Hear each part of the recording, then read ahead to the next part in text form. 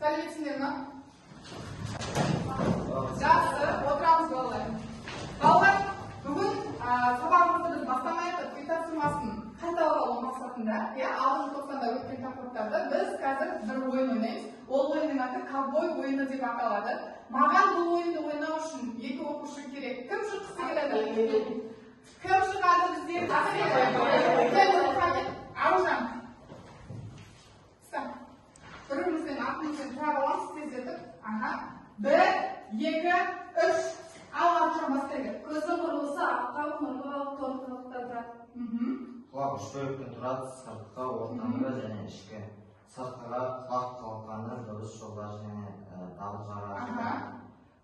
Ортаңғысы үштекшеге төстік, үзеңгі және балғашы. Жақсы. Ішкі құлаққа? Ішкі құлаққа ұлы дене және иірім өзекшелер. Жақсы, өте жақсы, жақсы балалар. Отырамыз орнымызға. Ал енді қазір былай жасаймыз. Үй жұмысын қайталап есімізге түсіріп алдық өткен тақырыптарды. Енді біз топқа бөлініп алайық, иә балалар? Қазір топқа бөліну әдісі бізде рандомный әдіс арқылы бөлінеміз. Яғни мына жерде көріп тұрсыңдар, сендердің ат жөндерің жазылған. Осы ат жөндерімді мен қазір екі топқа бөлемін. Бізде автоматтық түрде бөліседі. Мінекей. Міне. Қазір осы топ бойынша біз екі топқа отырамыз. Жақсы. Екі топқа отырамыз балалар. Бізде бір топ митоз тобы, екіншісі миоз тобы, иә? Ерхан, Мұхаммед, Бақытнұр, Аружан, Абзал. Бір топқа отырамыз. Тез орнымызда отыра аламыз. Қазір біз енді топқа бөлініп орнымызға келдік. Бірақ бізде қарасаңдар қатарының бетінде не тұр? Кедергі тұр. Яғни стоп деп тұр сендерде. Стоп дегеніміз бұл кедергі. Осы кедергіден өту үшін сендер мына стоп белгісін алып, астындағы суретке қараңдаршы.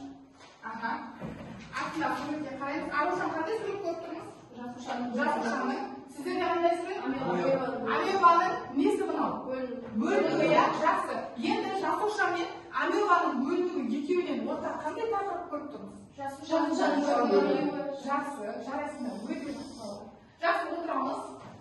Енді біздің бүгінгі жаңа тақырыбымыз неге жасушаның бөлінуі. Жасушаның бөлінуі және митоз бен миоз олардың биологиялық маңызы. Яғни жасушаның бөлінуінің осындай екі түрі бар.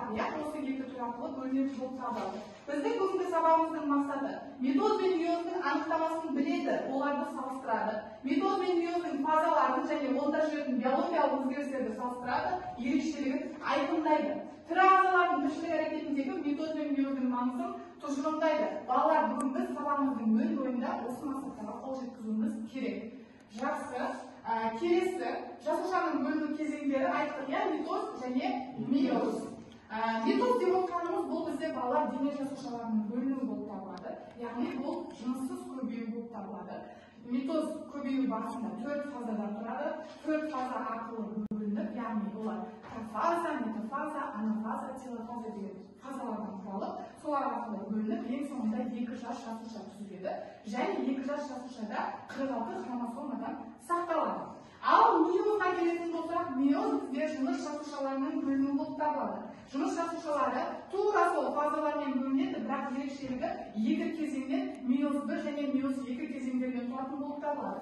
Біз оны мына жақтан көруімізге болады. Яғни миозға қарасаңдар, бірінші миоз профаза 1, метафаза 1, анафаза 1, телофаза 1 болса, екінші миозда тура сол фазалар екінші рет қайталанып өтетін болып табылады. Жақсы, бұл жер түсінікті, иә? Түсінікті болса, қазір енді сол бойынша біз тапсырма орындаймыз балалар. Тура осы бойынша. Мен сендерге қазір сөз ілмек әдісі арқылы тапсырманы ұсынамын. Яғни сендердің алдарыңа мынандай ілмектер ұсынамын. Және топтарға арнайы жаңа қағаздарың беріледі. Бізде бірінші топ митоз тобы, иә? Митоз тобы, міне сендерге қажетті қағаздарың берілді. Миоз тобына мінекей. Қазір мен сендерге қыстырғыштар беремін. Осы қыстырғыштар арқылы біз рет-ретімен фазаларды орналастырып шығамыз. Тездетіп, балалар, бұл тапсырмаға сендерге тез берді. Тез мынаны алыңызда реттілігін сақтаймыз. Жаңа мен сендерге көрсеттім, тура сол рет бойынша қайтадан орналастырып шығамыз.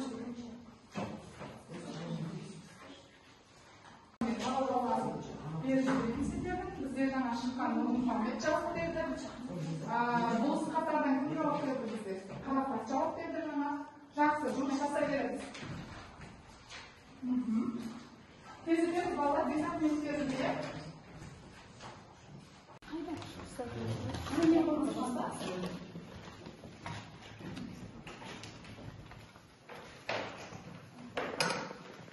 Біріктіре береміз осылай қатарынан.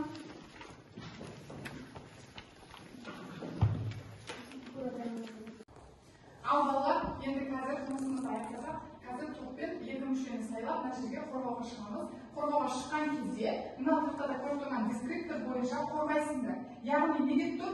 Біз бірінші оның реттілігін анықтаймыз және миоз бен митозға анықтама береміз. Жақсы, келіңдер, бірінші топ бастаймыз. Ұлпан, Ануар келіп екеуін қорғаңдар.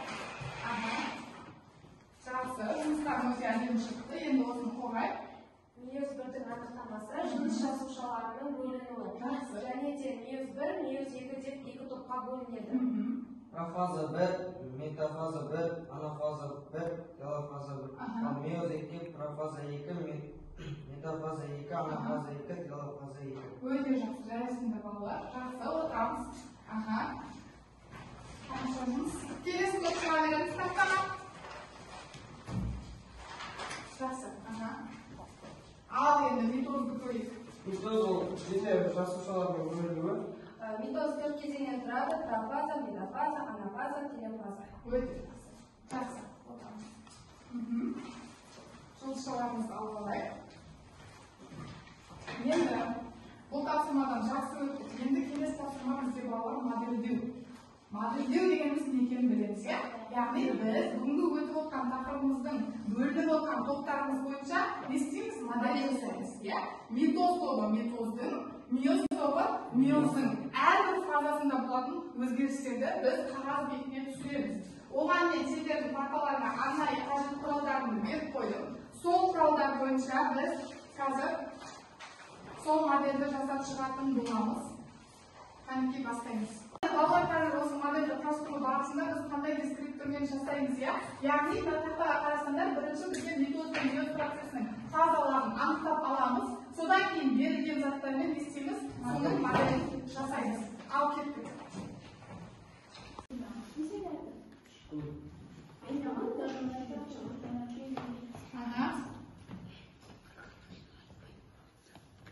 Өте жақсы.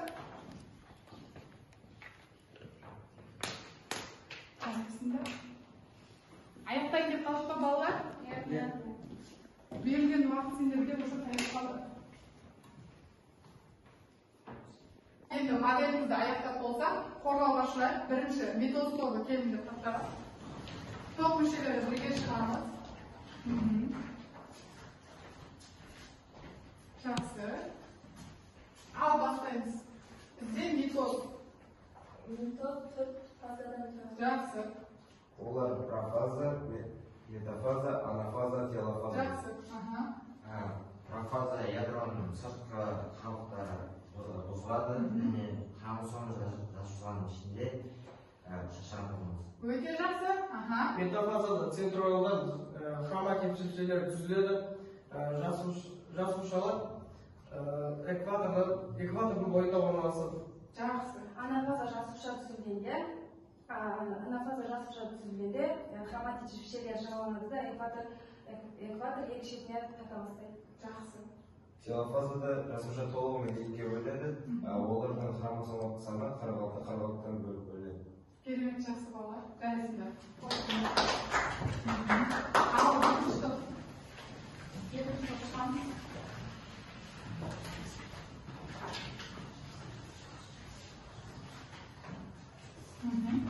Бізде миоз А, миоздың моделі. Анафаза 1-де түзілген хроматин жіпшелері хромосомаларға жалғанады және жасушаның екі жиегіне тартады. Жақсы. Телофаза 1-де екі жасуша түзіледі. Жақсы. Келесі миоздың екінші кезеңінде не болады екен? Профаза 2-де, профаза 1-де секілді дәл солай жүреді. Айырмашылығы екеуі бірдей жасушада. Жақсы. Яғни екі жасуша қатар жүреді, иә? Жақсы. Метафаза 2-де екі жасуша бірдей жүреді. Анафаза 1-2-де хроматив жіпшелер хромосомаларға жалғанады, жасушаның 2 жиегіне тартады. Анафаза 1-де. Жақсы. Телефаза 2-де 4 жасуша түзіледі, хромосома саны 2 есе кемейеді. Өте жақсы. Жақсы, жарайсыңдар балалар. Орныңызға отырыңыз.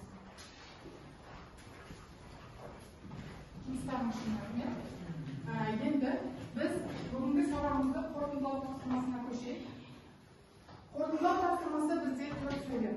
Иә, 4 сөйлем деген әдісті біз білеміз. 4 сөйлем әдісінде біз бүгінгі өткен жалпы тақырып бойынша бір пікір айтамыз, бір дәлел келтіреміз, бір мысал айтамыз және бір қорытынды келтіреміз. Иә, әр топтан бір пікір, бір мысал, бір дәлел айтылады. Жақсы. Ал балалар, енді дайын болсақ, мына жерге қазір әр топтан бір оқыштырып, пікірімізді, дәлелімізді, мысалымызды, қорытындымызды келтірейік. Иә? Ал бірінші топ бастайықшы. Бірінші бізде пікір айтатын. Абзал бастайық. Митоз дегеніміз дене жасушасының түзілуі. Жақсы. Келесі бізде дәлел келтіретін Ерхан. Митоз жарақаттаған жердегі терінің орнына қайта келуі.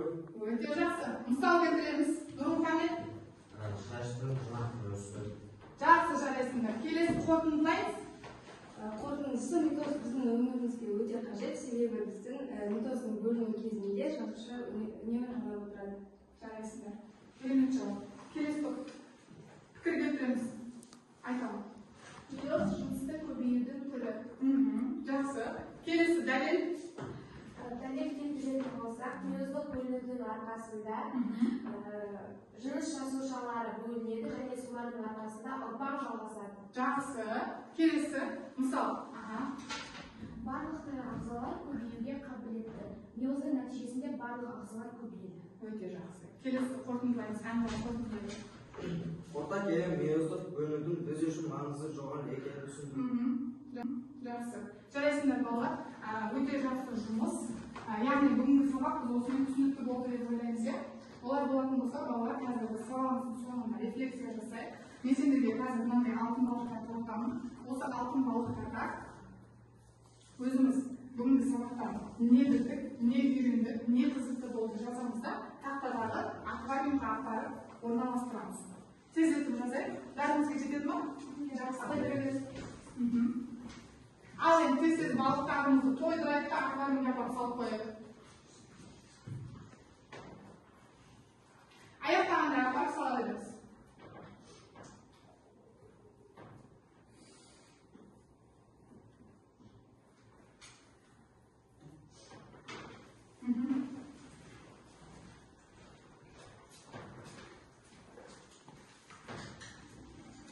Жақсы.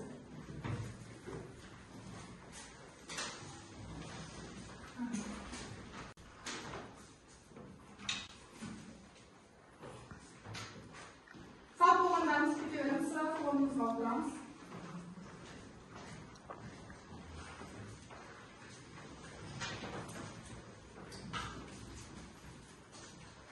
Жақсы, енді балалар барлығымыз рефлексиямызды жазып, аквариумге балықтарымызды орналастырып болсақ, дәптерімізге үй тапсырмасын жазып аламыз, үйге берген тапсырма тақтадағы жазып алыңдар. Балалар, бүгінгі сабаққа қатысқандарыңа рахмет, барлықтарың өте жақсы қатыстыңдар. Екі топтың да жұмыстары өте құнды, өте жақсы болып шықты. Соның ішінде ерекше көзге түскен оқушылар барлықтарың бүгін сабаққа белсене қатыстыңдар. Соның ішінде Аружан Сананың 10 балл, екінші топтан Ұлпан Қарақат, Бақытгүл сендерге де 10 балл беріледі. Абзал Нұрмұхамед сендерге де мен Ренжікпей 9 балдан беремін. Ерхан, Бақытнұр сендерге мен 8 балдан беремін. Жақсы, Қайсар, Әнуар сендерге де 8 балдан. Бүгін барлықтарың күшті деген болғандар. Жарайсыңдар балалар, рахмет, сау болыңдар.